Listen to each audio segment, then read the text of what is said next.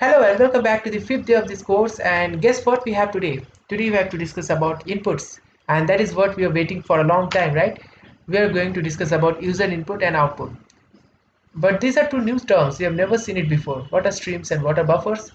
Now, we could have directly jumped into input and output functions, just learn them and apply them. But if you have a good knowledge of these streams and outputs, these are the basics, then it will give you an edge over others. So we are first going to go through these two terms, these new terms, and after that we will, having known these things, having covered our basics, we are going to dive into some of the commonly used functions for input and output. Let us begin with streams. What are streams? In nature, a stream is something that is associated with the flow, right? We have rivers and they keep on flowing, so we call them streams. But in computer, streams means stream of data. It's a flow of data.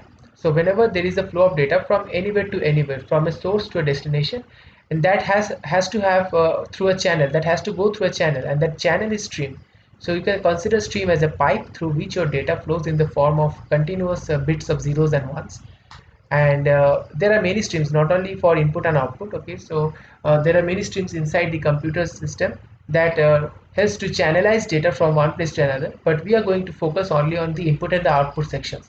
So first of all, what is input stream? So when you give something through your keyboard as just input for a program, then what happens that these data from your keyboard is transferred to the program and through many channels, and those channels are input streams. And same thing happens when you try to print something. That time your source is your program and your destination is your monitor. So the source and destination changes, but the process that happens inside the streams is this series of zeros and ones. Okay, so now this is stream. Then what is buffer? Now, have you seen this symbol before?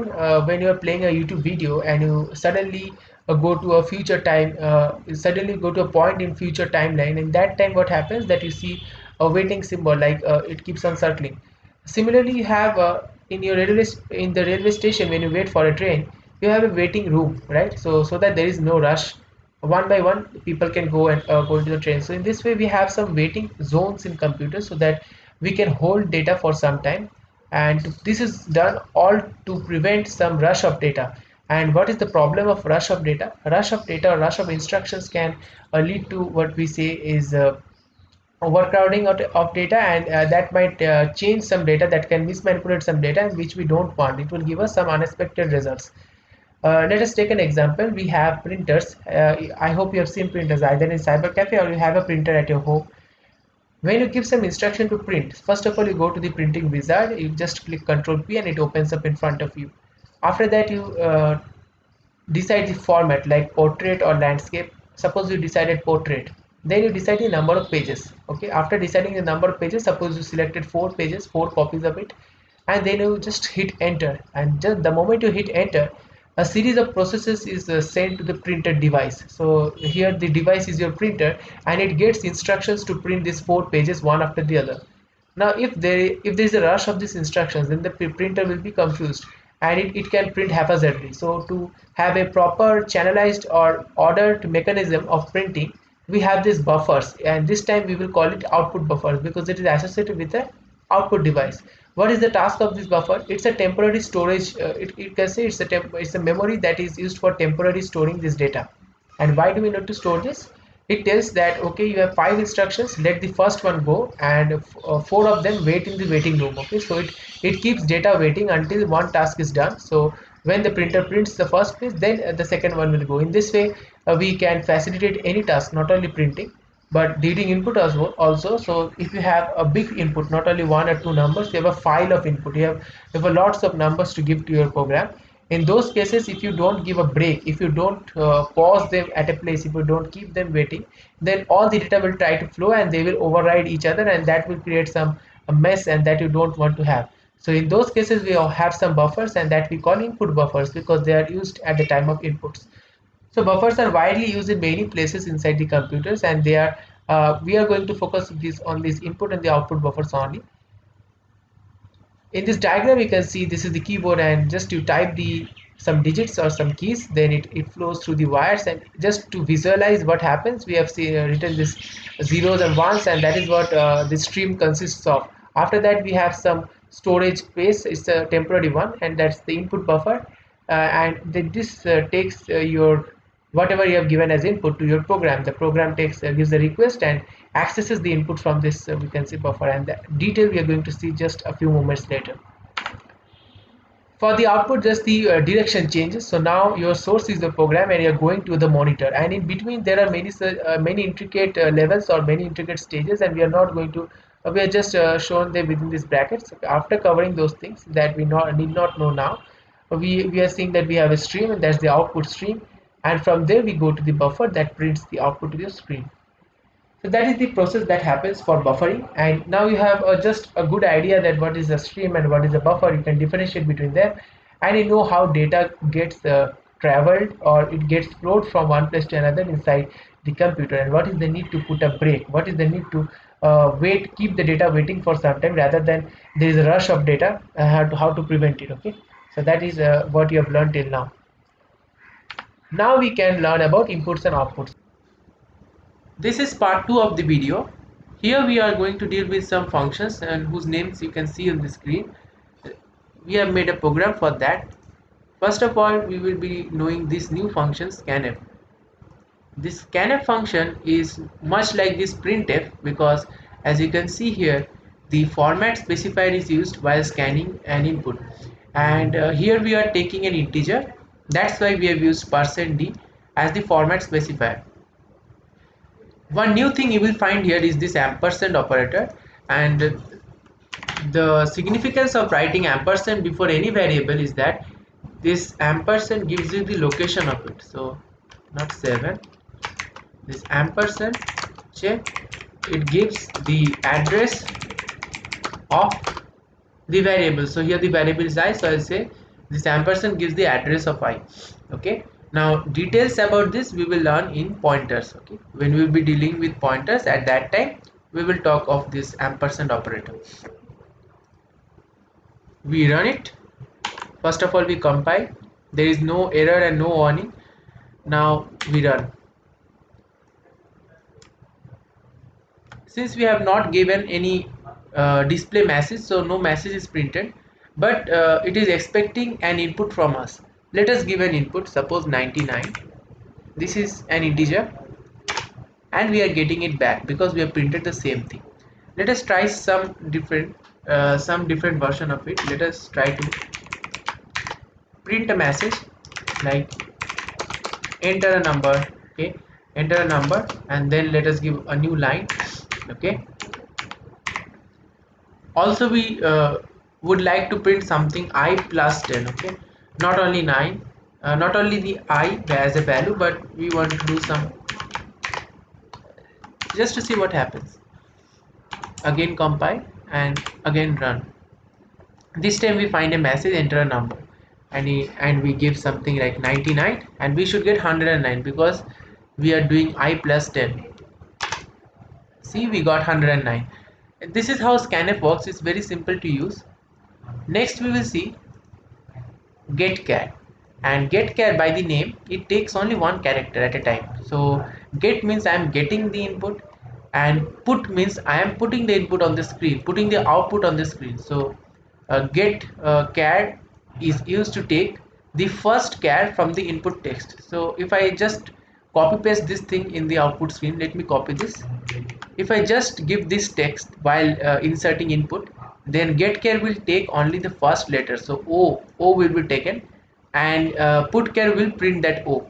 That is the problem with getChar. It can only take one character. It cannot take an entire line. Let us see. So it asks for a value. We will give let us that same thing that we copied, and see we got O because getChar only took the first letter of this entire line and putChar printed it. To solve this problem, we have something called gets, and gets is another function which is used to take input, and corresponding there is puts, which is used to output the same thing. Now for gets we have a special type of input. We can't give just an integer or a character. We have to give an array of characters, and that is nothing but a string. Details about array is to be discussed later, but now just have a look at how an array looks. So it's an array of character because I've given the type character, and its size is 100. So in this way we mention the size. Details again we will be discussing later. So just for now understand that we have given a character array. A character array looks like a string, and a string is nothing but the portion I have highlighted. This is also a string. A string can be a huge lines of text and also small words. So string is anywhere where you find continuous placements of characters. Okay. Acha. This is gets. After that we have put. So put will print the string that we are giving. So this time, if we give the entire line, our entire line will get printed. Let us test it.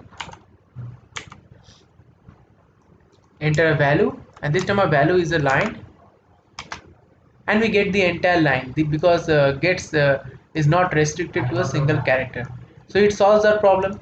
But there is some other issues with gets. Now you know about three functions: scanf, first of all; number two, getChar; number three, gets. Corresponding, we have printf, we have putChar, and we have puts, right? These are the corresponding printing functions, and these are the corresponding input functions. Could take only one character. This can take a string, and this can take anything, not only a character, not only a string, not only an integer, but different types. Okay, it can take different inputs with a format specified within brackets, like this format has to be specified. So we specified the format here. So till now the best option is scanf, right? Two other things we will learn: fgets and fprintf. To know about these functions, you need to know something about files. What are files? While accessing some data from the input stream, the data is stored in files. So the input stream, what do we have in the form of input stream? We have a standard input stream, and sometimes we confuse that this is the streams, and in some places you will find this is actually not a stream, but it's a file handle. The term is used, it's a file handle. By this we mean it's like a key. So this is the key, and your file, the contents of your input is stored in a file, and that is the lock. Just like a key, to open a lock you need a file handle like stdin to open the access for your input. That's when we use stdin. After giving the input through your keyboard, the stdin helps you to access whatever you have given through your keyboard and brings it to your program. So the files deal with these things, like this is the stream. Okay, this is in relation with the input stream, and that's why we say there sometimes say that this is nothing but the standard input stream, and correspondingly this std this is correspondingly the standard output stream, and both are referred by writing stdio that we have in a header file, like standard input output header file. So this actually includes both of these things: input, standard input and standard output. Remember the first line that we wrote in our programs, we wrote something like this: hash include, and then we wrote within angular brackets stdio.h. Now this actually helped us to implement stdin, means take input from here and print output into this stream, or we can say the file handle that takes us that gives us the access to print something from the output file wherever data is stored, right? So these were automatically included because these were the defaults, right? Whenever we print something we use this function. So this is the default stream which it uses, and since it is implicitly implemented, so we are not explicitly writing stdout. But when you go to fprintf, file printf, then by the name file or f, here we have to mention which type of file we are going to have the access. So it's not necessarily stdout, which is the default. We can also have something else instead of stdout. Okay, so we can have something like stderr. There is also another file called stderr, and it is specifically used when we deal with errors or exceptions. Okay, so whenever our program has some errors or whenever our program have some exceptions to deal with, in those cases the messages are printed using this stderr. Now these are handles to different types of files, and one interesting thing is this fprintf can be used to use just like printf. How? If we just mention this stdout before the message, like I want to print hello world, so I write hello world here. Okay, let me write hello world here, and after writing hello world I give just the semicolon as I give for printf. This will work exactly, this the upper line will work exactly like as we do here in print. In normal printf, what we do, printf, and then we write this hello world. Okay, so both these lines, the line above and the line below, both does the same work. So now seeing and comparing these two statements, you know that okay, if printf is actually a kind of superset of this printf. So printf is a particular version of fprintf. When we access to the file which is handled by this stdout, in all other cases, if you want to access some different files or use some different file handlers like stderr, in those cases printf will not work. In there we need to have like file printf. Okay, and this type of functions which involves file, we are going to see them in detail when we will be seeing about file handling. That is to be discussed in a later session. Okay, so don't worry about that.